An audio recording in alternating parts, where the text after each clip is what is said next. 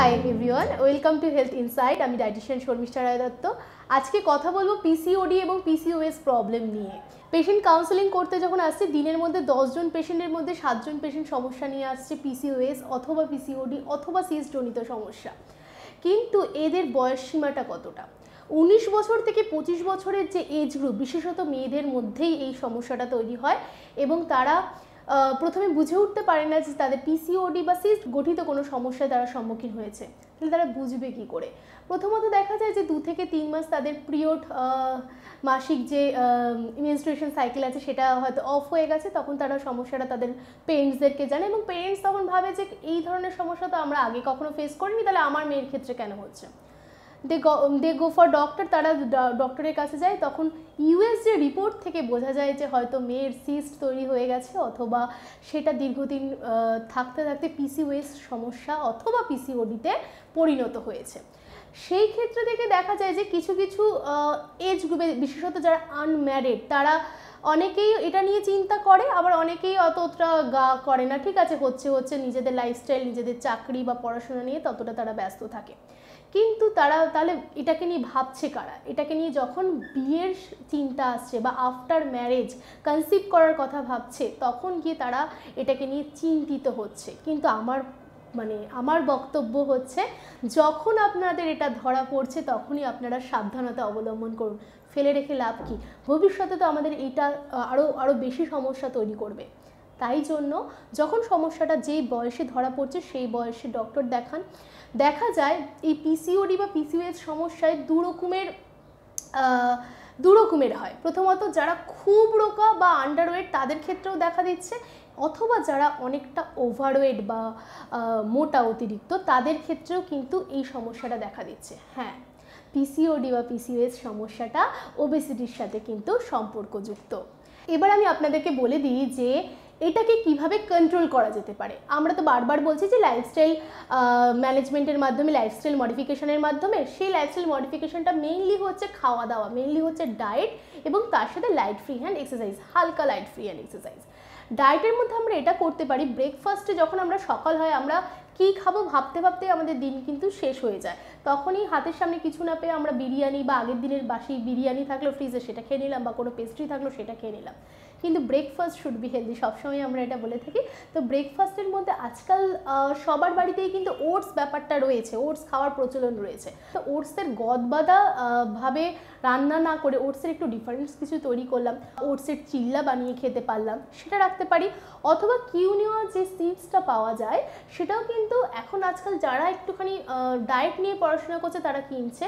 আপনারাও পারলে চেষ্টা করতে পারেন কিউনিয়া সিডসের তৈরি কিছু রেসিপি, যেমন হতে পারে তার চিল্লা হতে পারে, বা তার একটা কিছু ভেজিটেবলস দিয়ে তার উপমা বানিয়ে আপনারা খেতে পারেন, সেগুলো খেতে পারেন। কিন্তু তবে হ্যাঁ, ready to cook food like ready to cook উপমা বা তাদের চিল্লা জাতীয় জিনিস বা ধোসা রেডি টু কুক, এগুলো কিন্তু অবশ্যই খাবেন না।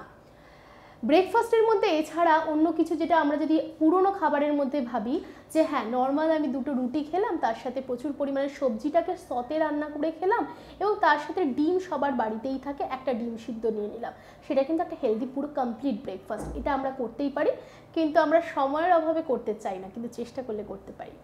এরপর আসি আমরা লাঞ্চে।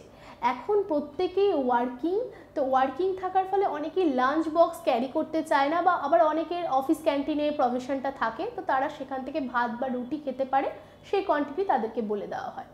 যাদের লাঞ্চ করার সুবিধে নেই প্রপার, তো তারা বাইরে থেকে খেতে হয়, তাদেরকে বলবো আপনারা ইডলি খেতে পারেন, ওটস ইডলি খেতে পারেন, যেটা সবসময় পাওয়া যায় না, হয়তো বাড়ি থেকে বানিয়ে নিতে পারলে ভালো।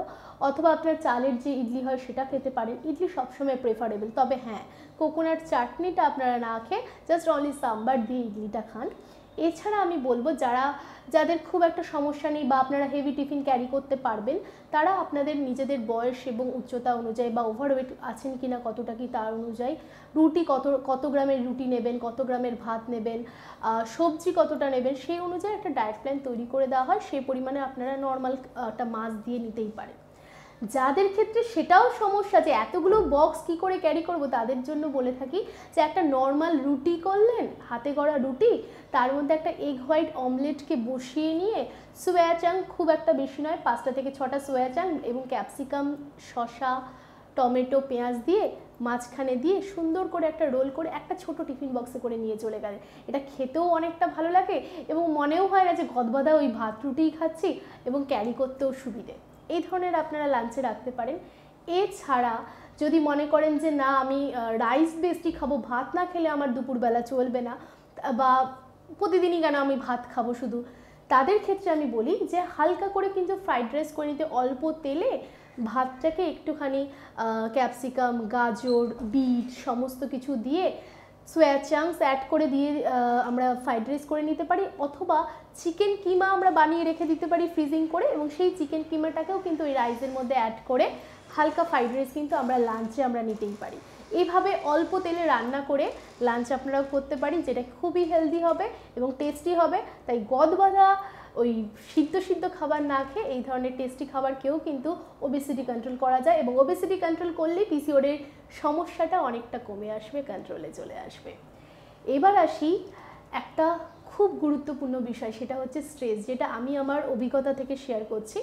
কোনো মা তার মেয়েকে নিয়ে দেখাতে এসেছে, তারপরে ফোন করে বলছে আজকে তো মেয়েকে দেখিয়ে নিয়ে গেলাম ম্যাডাম, কিন্তু এর পরবর্তীকালে কি হবে, আমার মেয়েকে আদৌ বেবি কনসিভ করতে পারবে বা কি হবে, সেই সমস্যাতে মা স্ট্রেসে ভুগছে এবং মায়ের স্ট্রেসটা সে তার মেয়েকেও দিচ্ছে। তো আমি বলবো স্ট্রেসটার ফ্যাক্টর কিন্তু খুবভাবে জড়িত ওবেসিটির সাথে। আপনারা যদি মনে করেন যে আমি ডায়েট করব, আমার পিসিওডি কন্ট্রোল করব এবং স্ট্রেসও সাথে সাথে নেব, দুটো কিন্তু একসাথে চলবে না, প্যারালালি কখনো চলবে না। যদি স্ট্রেস কন্ট্রোল করতে না পারি তাহলে পৃথিবীর কোনো ডায়েটিশিয়ান বা কোনো ডক্টর পিসিওডিকে কন্ট্রোল করতে পারবে না। সো স্ট্রেস ফ্যাক্টরকে রিলিফ করতে হবে।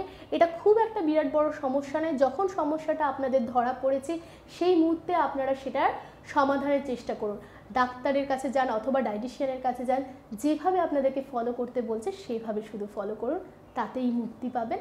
ভালো থাকুন, সুস্থ থাকুন। বিশদ জানতে যোগাযোগ করুন, কন্ট্যাক্ট নাম্বার দেওয়া আছে। ধন্যবাদ।